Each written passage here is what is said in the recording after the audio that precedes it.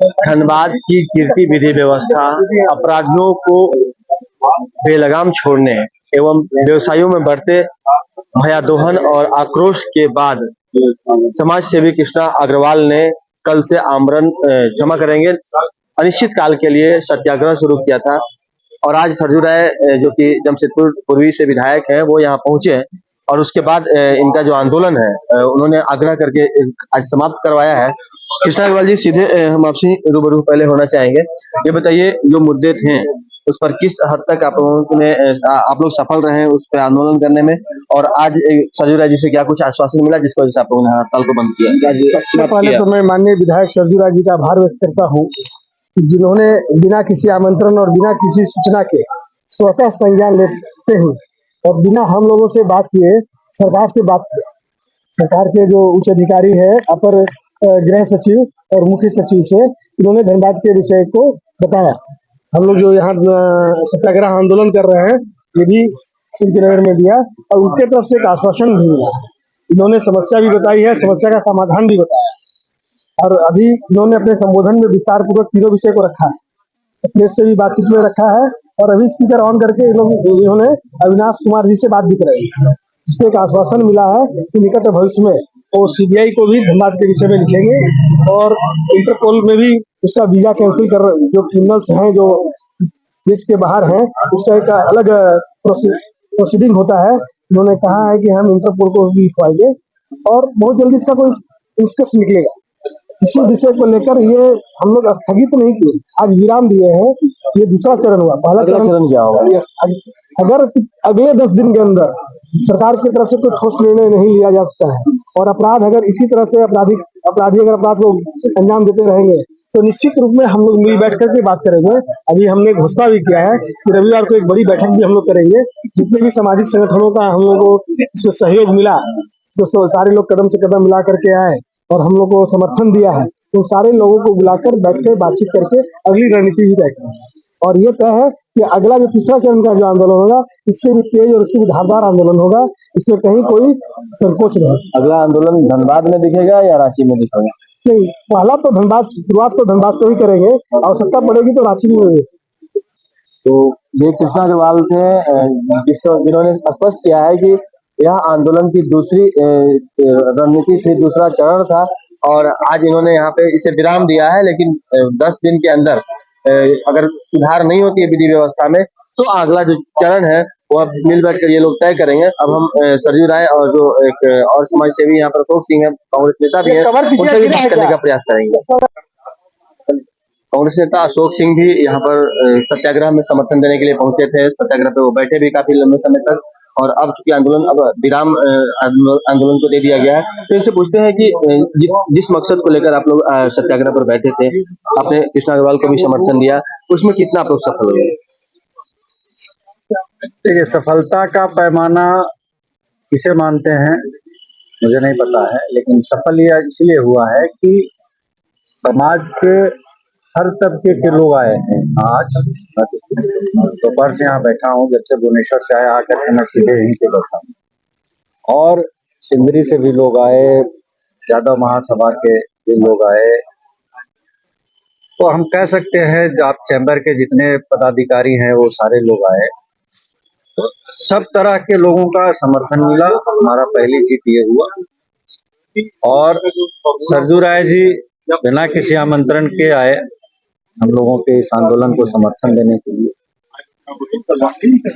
और आने के बाद जिस प्रकार से उन्होंने जो होम सेक्रेटरी हैं, गृह सचिव अविनाश, क्योंकि पूरा शासन उन्हीं के हाथ में है, पूरी प्रशासन उन्हीं के हाथ में है, तो उनसे हम लोगों की वार्ता कराई स्पीकर पे। उन्होंने स्पष्ट रूप से सबके समक्ष उन्होंने अविनाश जी से वार्ता कराई हम लोगों की, और अविनाश जी ने आश्वस्त किया कि धनबाद को अपराध मुक्त बनाने के लिए जितनी भी संभव कार्रवाई है वो सब चीज इस्तेमाल करेंगे, सब तरह की कार्रवाई करेंगे, चाहे प्रदर्शन का हो, सीबीआई को लिखने का बात हो, पुलिस पर अलग से एटीएस बना करके उसको स्वतंत्र आजादी के साथ काम करने की छूट दे, तो सभी चीजों को वो उन्होंने एक्सेप्ट किया है। कि मैं धनबाद की जन भावना के साथ हूँ और मैं हर प्रकार से कोशिश करूंगा कि धनबाद को अपराध मुक्त बनाऊं। तो उनके आश्वासन के बाद हम लोगों ने इस सत्याग्रह को विराम दिया है और आने वाले 2-3 दिन के भीतर जितने हम लोग हैं, जितने लोग इस आंदोलन से जुड़े थे, उनकी एक बैठक करेंगे और बैठक करके हम लोग एक टाइमलाइन सेट करेंगे कि कितने दिन के अंदर सरकार हम लोगों से जो बात हुई है उस बात पर अमल उतने दिन के अंदर होना चाहिए, दिखना चाहिए। सिर्फ भाषण देने से नहीं होगा, आश्वासन देने से नहीं होगा।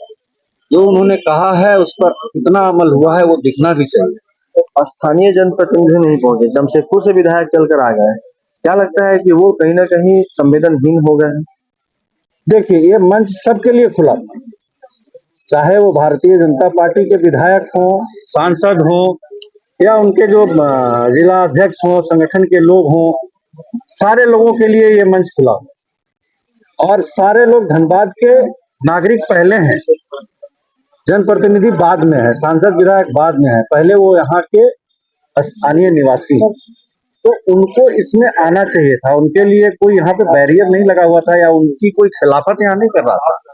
उनको भी इस जनता के साथ जुड़े हुए मुद्दे को लेकर के यहाँ पे आना चाहिए था, जो कि वो नहीं आए।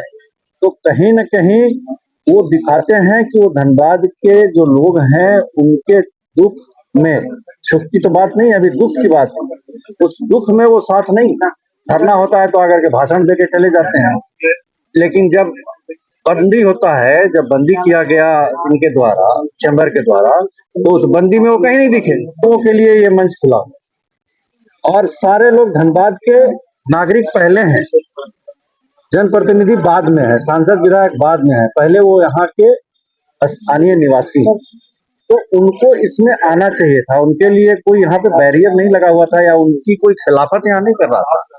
उनको भी इस जनता के साथ जुड़े हुए मुद्दे को लेकर के यहाँ पे आना चाहिए था, जो कि वो नहीं आए। तो कहीं न कहीं वो दिखाते हैं कि वो धनबाद के जो लोग हैं उनके दुख में, सुख की तो बात नहीं, अभी दुख की बात है, उस दुख में वो साथ नहीं। धरना होता है तो आकर के भाषण दे के चले जाते हैं, लेकिन जब बंदी होता है, जब बंदी किया गया इनके द्वारा, चैम्बर के द्वारा, तो उस बंदी में वो कहीं नहीं दिखे, सामने सड़क पर नजर नहीं आए, ना सांसद नजर आए, ना विधायक नजर आए, ना बीजेपी के कार्यकर्ता नजर आए। तो ये दर्शाता है कि वो धनबाद के जनता के दुखों से उनको कोई लेना देना नहीं है। और बाकी मशाल जुलूस निकालें या पैदल यात्रा मार्च करें तो सिर्फ और सिर्फ एक दिखावा।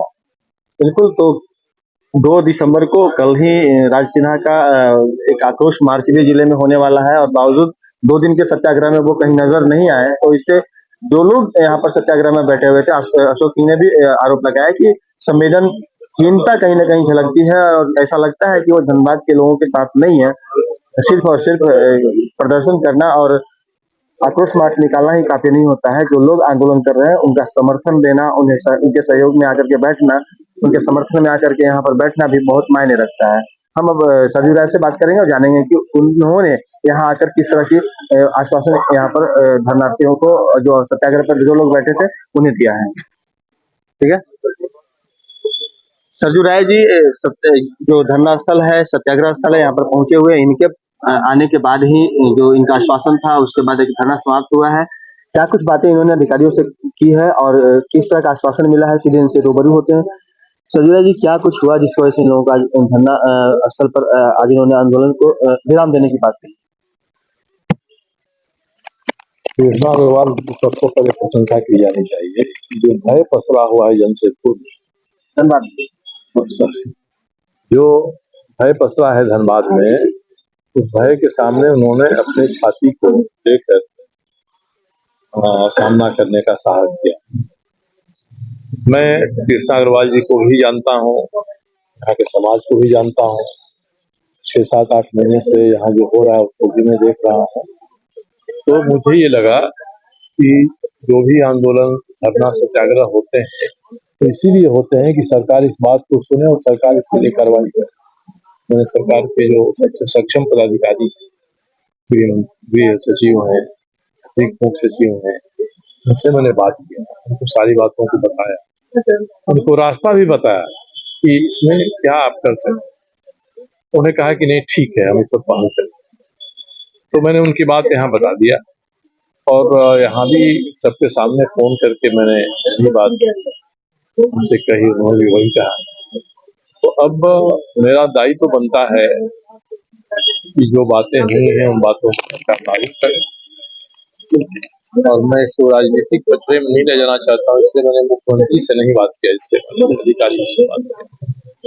और इस तरह मैं चाहता हूँ कि धनबाद में भी कोई एक खास राजनीतिक दल के लोग ज्यादा एक्टिव हो जाएंगे तो रोज जो प्रेमालाप अखबारों में दिखाई पड़ता है सरकार के विपक्ष में, उसी पचड़े में फंसकर यह मामला भी रह जाएगा, नतीजा नहीं निकलेगा।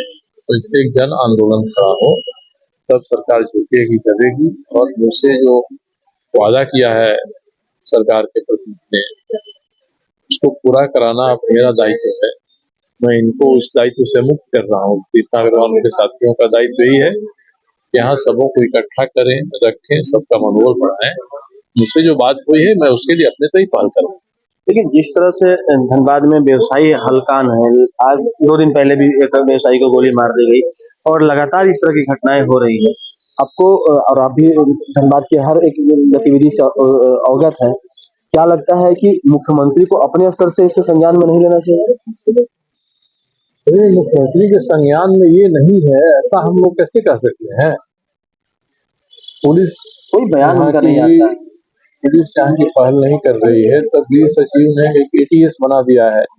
तो मुझसे कहा कि एटीएस पूरी शक्ति प्रदेश से प्राप्त करेगा, सरकार से प्राप्त करेगा, जिला प्रशासन से उसका कोई सरोकार नहीं रहे।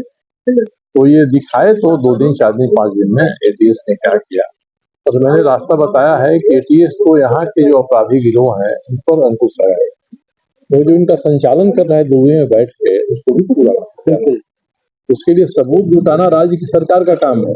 ऐसा नहीं कि आपने प्रेम पत्र सीबीआई को लिख दिया या भारत सरकार के गृह मंत्री को लिख दिया या दुबई के उच्चायोग को भेज दिया, तो इस प्रेम पत्र से नहीं होगा।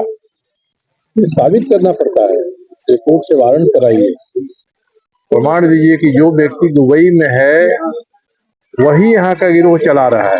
ये पहले सरकार को साबित करना होगा, नहीं तो फिर कोई कदम सफल नहीं होगा।